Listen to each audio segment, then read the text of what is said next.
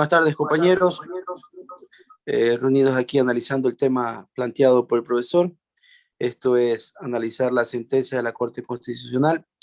Y el grupo asignado es la abogada Nagaricoa, la abogada Sandy Lainez, la abogada Evelyn Lainez, el abogado Cristian Rodríguez, el suscrito doctor Darwin Ramos. El tema planteado en la sentencia número 020-09-SEP-CC trata sobre el laxus calamis. En casación, las formalidades deben ser justas. Vamos a hacer un breve análisis, una breve reseña que nos indica que es la Asociación de Fabricantes de Alimentos Balanceados, AFABA, interpuso juicio contencioso administrativo número 0546-04-3 contra la Procuraduría General del Estado ante el Tribunal Distrital número 2 de lo Contencioso Administrativo de Guayaquil, argumentando que el Estado ecuatoriano, mediante decretos ejecutivos expedidos entre el mes de marzo de 1997 y enero del 2001, habían impuesto restricciones al comercio subregional a través de una salvaguardia o cobro en exceso de tasas a las importaciones de bienes y servicios, solicitando a dicho tribunal que ordene el pago de indemnización de daños y perjuicios en virtud de la sentencia dictada por el Tribunal de Justicia de la Comunidad Andina de Naciones dentro del proceso número 07-A1-98, publicado en la Gaceta Oficial número 490, que había declarado ilegal el cobro de la mencionada salvaguardia y o sobretasa.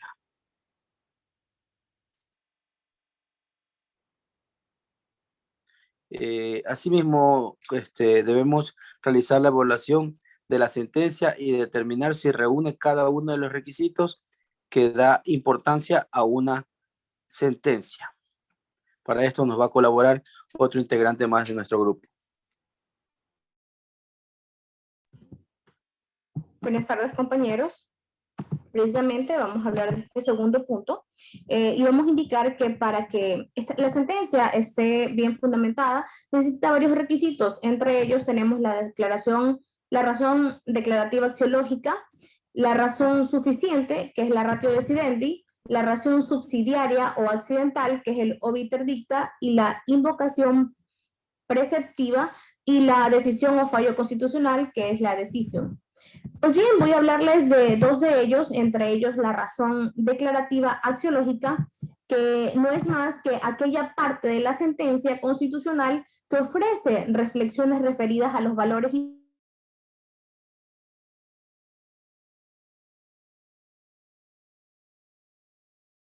Constitución. En este sentido, implica el conjunto de juicios de valor concomitantes a la interpretación y la aplicación de las normas técnicas y prescriptivas de la Constitución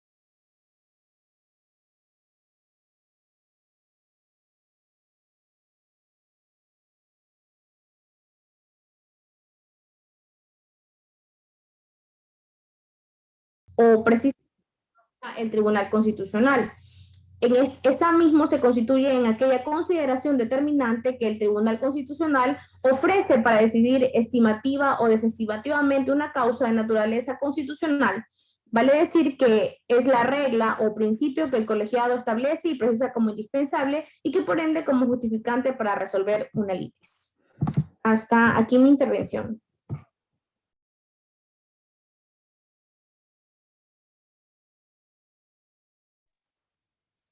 Bueno, continuando con la explicación, me toca indicar los conceptos de la razón subsidiaria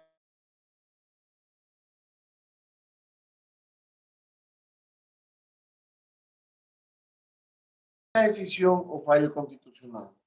Para inicialmente cada uno me voy a referir a cada uno de ellos. La razón subsidiaria o accidental es aquella parte de la sentencia que ofrece reflexiones, acotaciones o apostillas jurídicas marginales o aleatorias que, no siendo imprescindibles para fundamentar la decisión adoptada por el Tribunal Constitucional, se justifica por razones pedagógicas u orientativas, según sea el caso en donde se formule. Dicha razón coadyuva in generis para proponer respuesta a los distintos aspectos problemáticos que comprende la materia jurídica objeto de examen. Ergo expone una versión más allá del caso específico, por ende, una óptica global acerca de las aristas de dicha materia. Con respecto a la invocación preceptiva, podemos decir que es aquella parte de la sentencia en donde se consignan las normas del bloque de constitucionalidad utilizadas e interpretadas para la estimación o desestimación de la petición planteada en un proceso constitucional. Por último, tenemos la decisión o fallo constitucional. Podemos decir de este que es la parte final de la sentencia constitucional que, de conformidad con los juicios establecidos a través de la razón declarativa axiológica, la razón suficiente, la invocación normativa y, eventualmente, hasta la razón subsidiaria u occidental, precisa las consecuencias jurídicas establecidas para el caso objeto de examen constitucionalidad. En puridad, la decisión o fallo constitucional se refiere simultáneamente al acto de decidir y al contenido de la decisión. Para esto continúa mi colega.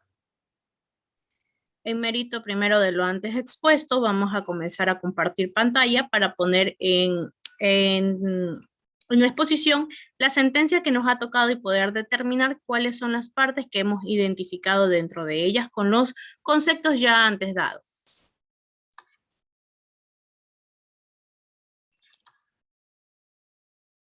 ¿Me confirman los compañeros si está compartiéndose la pantalla? Sí, sí se comparte la pantalla.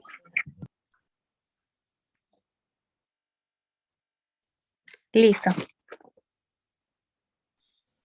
Dentro de la sentencia que nos tocó, la acción extraordinaria de protección, la hemos analizado y voy a decir cómo la hemos dividido.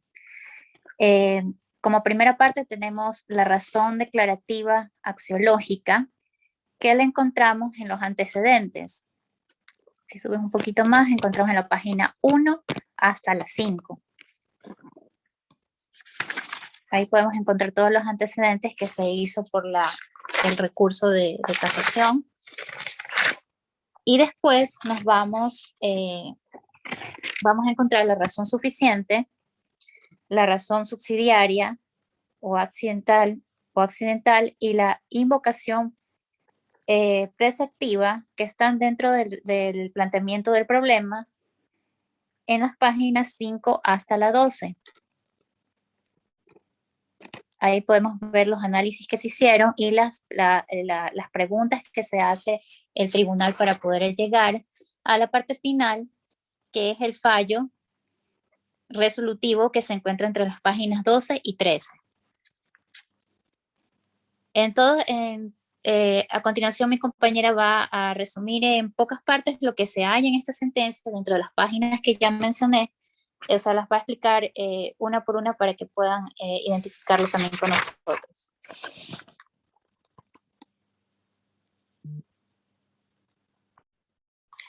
Ok, una vez escuchado a la intervención de los compañeros, cabe recalcar que nosotros hemos separado en partes la sentencia para poder determinar a qué precepto, a qué parte de la sentencia de los preceptos establecidos constituye cada uno de ellos. Como ya lo explicó la compañera Ena, la primera parte, en la parte donde están los antecedentes, la contestación a la demanda, el planteamiento y todo lo que son el inicio para dar paso al presente proceso, corresponden a la primera parte donde está la razón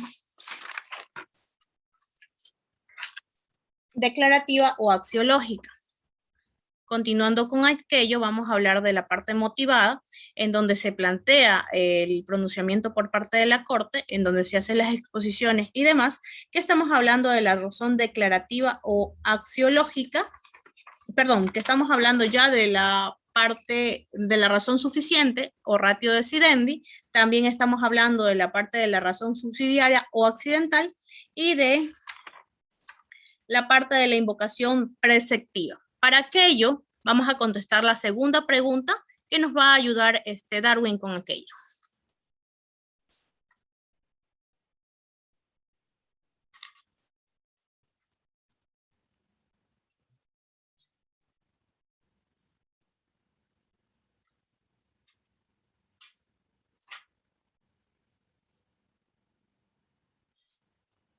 Darwin, por favor, encienda el micrófono para poderlo escuchar.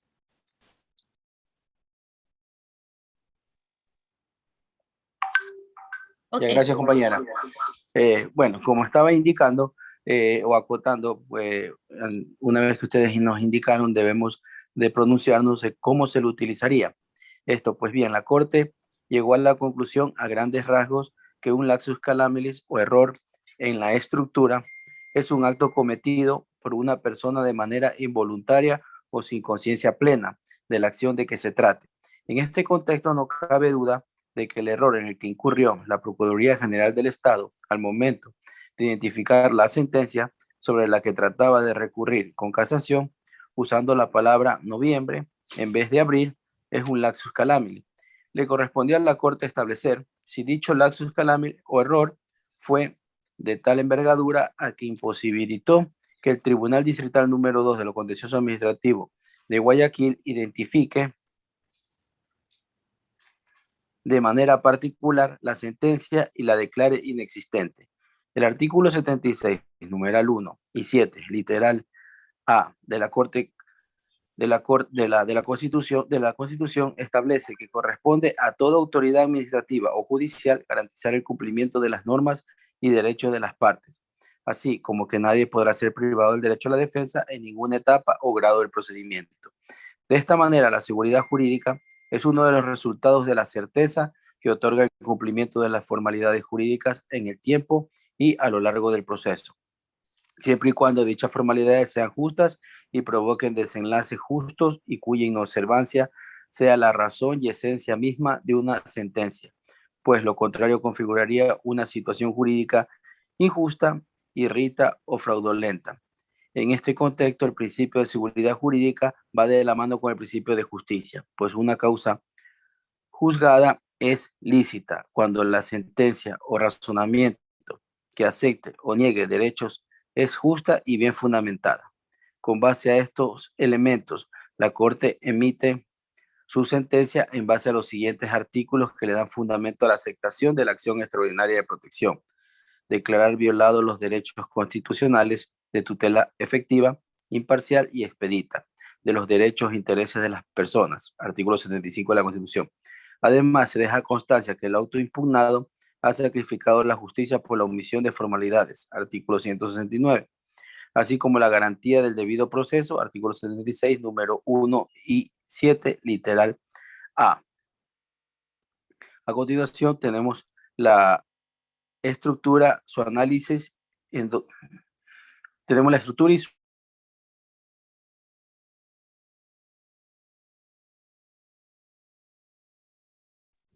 Ok, para continuar con la exposición, tenemos que resolver la siguiente pregunta.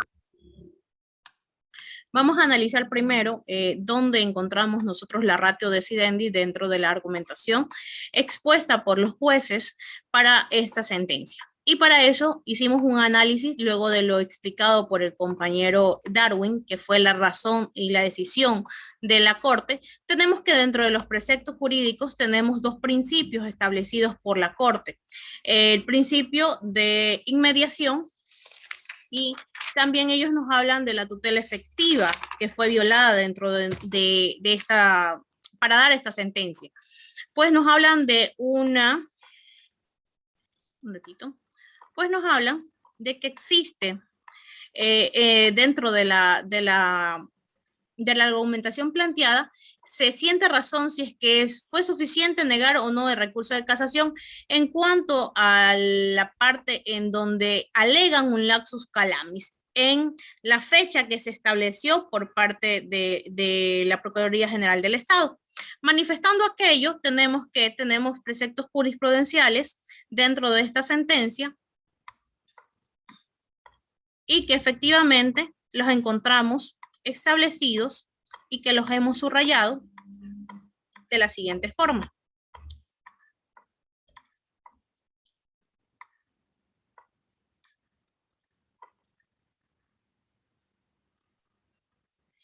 En la parte del considerando B de la segunda pregunta, que ellos manifiesten el auto impugnado ha violado el derecho a la tutela efectiva, imparcial o expedita de los derechos e intereses, encontramos que la Corte manifiesta que el derecho a la tutela judicial efectiva, expedita e imparcial es aquel por el cual toda persona tiene la posibilidad de acudir a los órganos jurisdiccionales para que a través de los debidos cauces procesales sobre una de las garantías mínimas se obtenga una decisión fundamentada en el derecho sobre las pretensiones propuestas. En esta parte estamos hablando que existe un precedente jurisprudencial porque estamos notando de que la Corte ya se ha pronunciado sobre aquello. Más adelante, seguimos encontrando que también existieron casos análogos que estima la Corte que se ha presentado un principio de inmediación y celeridad, que es lo que está pasando dentro de esta sentencia, en las cuales las fases procesales inmediata y la comunicación ante el juez y las partes se concretó efectivamente a través de la práctica de las citaciones y notificaciones. Estamos hablando de otro precedente jurisprudencial.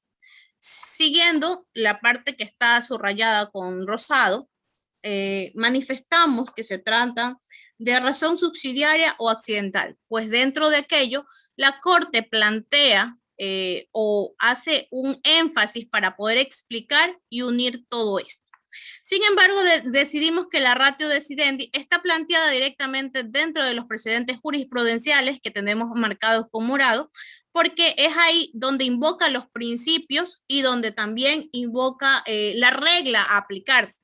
Y tenemos que dentro del concepto de la ratio decidendi es una formulación general del principio o la regla jurídica que se constituye en la base de la decisión específica, precisa y prescindible.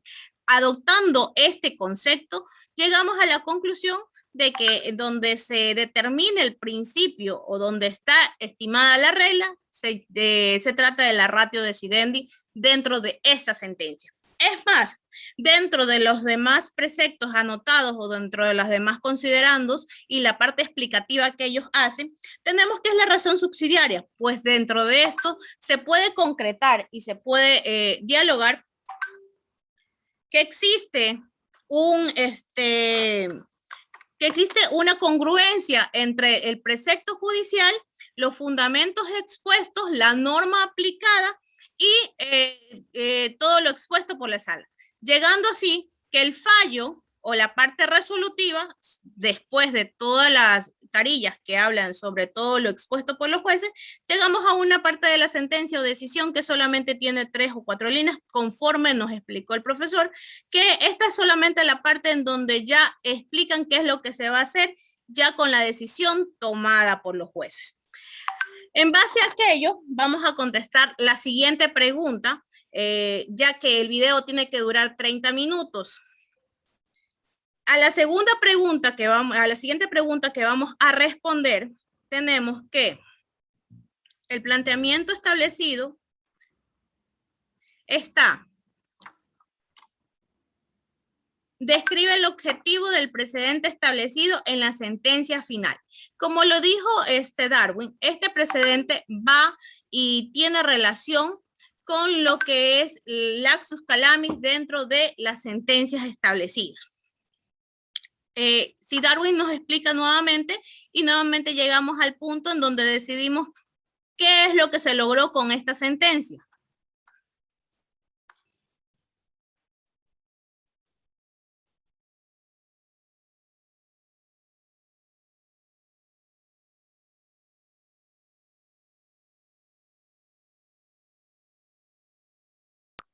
Gracias, compañera.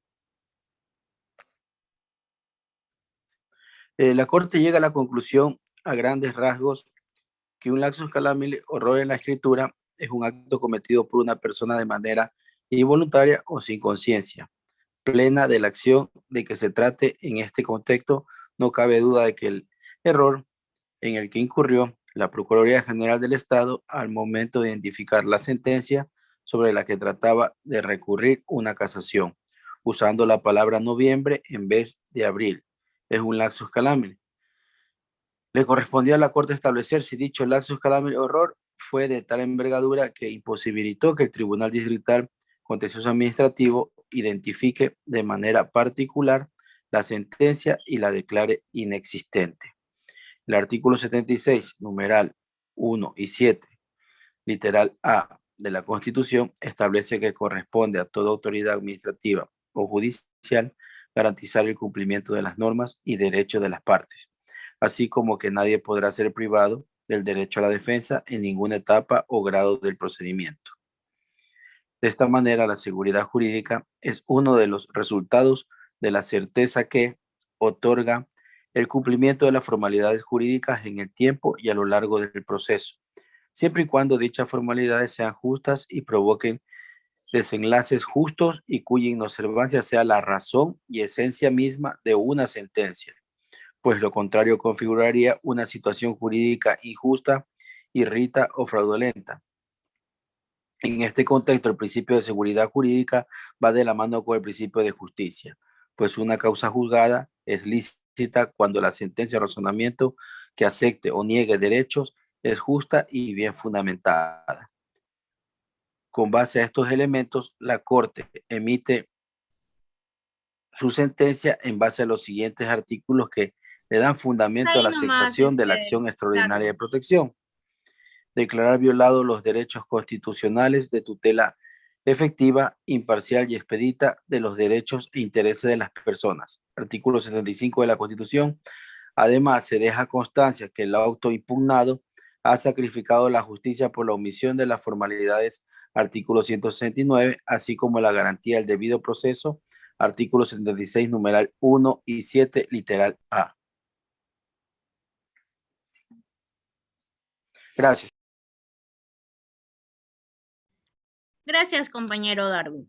Ante aquello, entonces, nosotros respondemos la pregunta que este tipo de sentencias, ¿cómo las utilizaríamos? Pues las utilizaríamos en casos análogos que tengan que ver con este tipo de errores al momento de señalar una fecha y se tipifique o se establezca una fecha diferente. Teniendo esto en cuenta, vamos a manifestar que el pronunciamiento a modo de dicta permite a los operadores jurisdiccionales y a los justiciales predecir o pronosticar la futura manera de resolver aquella cuestión hipotética conexa al caso en donde aparece manifestada, de tal forma que en casos que tengan que relevancias con esto y análogos y que sean idénticos o similares a lo que ya se ha planteado, se va a aplicar la misma decisión. Con eso concluiríamos con la pregunta planteada por el doctor en el numeral número 3. Y 3 y 4, perdón. El grupo concluye diciendo de que para el análisis de la sentencia fue necesario tener en cuenta cada uno de los preceptos jurisprudenciales, cada uno de los conceptos establecidos dentro de la sentencia del Tribunal Constitucional Municipal Distrital de Lurín, en donde nos estableció cuáles eran las partes de la sentencia, cuáles eran sus implementos, qué debería constar en cada uno de ellos y cómo deberíamos aplicarlos. No sé si mis compañeros quisieran aportar algo más.